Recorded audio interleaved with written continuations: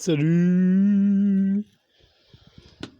Alors, voici une étrange mixture qui s'appelle du halva, la version indienne, pour ne pas dire même hindoue, que j'ai pu déguster lorsque je voyageais en Inde, sur les bords du Gange, dans des villes saintes de l'hindouisme, particulièrement celle dédiée au dieu Shiva, qui est le dieu des yogis, généralement. Ceux qui cherchent à en finir avec, comment dirais-je, une certaine perception de la réalité, celle principalement imposée par la société, parce que Shiva, à la différence par exemple de Vishnu, Vishnu étant le dieu principe conservateur, conservateur de quoi? Du système, donc des castes, donc de tout un système de croyances qui est sorti de la tête des humains, hein.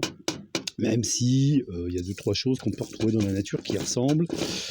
Bon, c'est quand même sorti du mental. Donc, c'est de la semoule avec beaucoup de beurre. Normalement, c'est du ghee, c'est une sorte de beurre clarifié. Bon, j'ai pas clarifié le beurre, j'ai mis ça comme ça, paf. En plus, c'est du beurre demi-sel, moi, que j'utilise.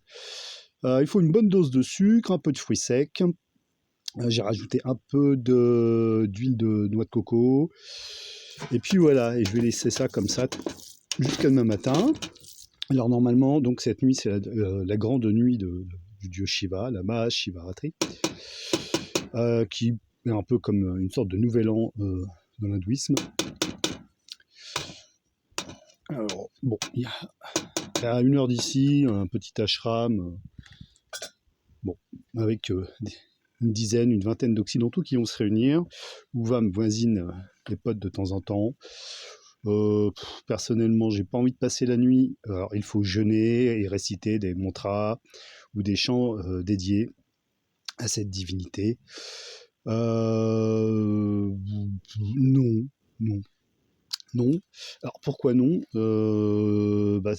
Bon, c'est quand même très jeune que j'ai commencé à pratiquer l'introspection et jusqu'à trouver au cœur de mon être, enfin au cœur de ce que je suis, quelque chose justement qui ne participe à aucune description, aucun concept, voilà, et qui représente la fin justement de la mentalisation de la réalité, duquel découlent à peu près toutes les idéologies, qui sont donc partiales et partielles, alors que cet espace intérieur qui est au-delà de l'intellect, au-delà de toute pensée, de toute interprétation, ou en deçà d'ailleurs, peut-être même les deux, parce que c'est à la fois en haut et en bas, à droite, à gauche, c'est au-delà de tous les contraires, au-delà du début, au-delà de la fin.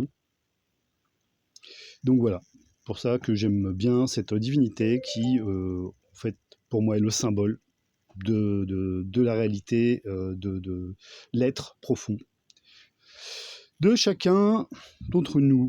Voilà, voilà. Vivement demain matin que je goûte ça.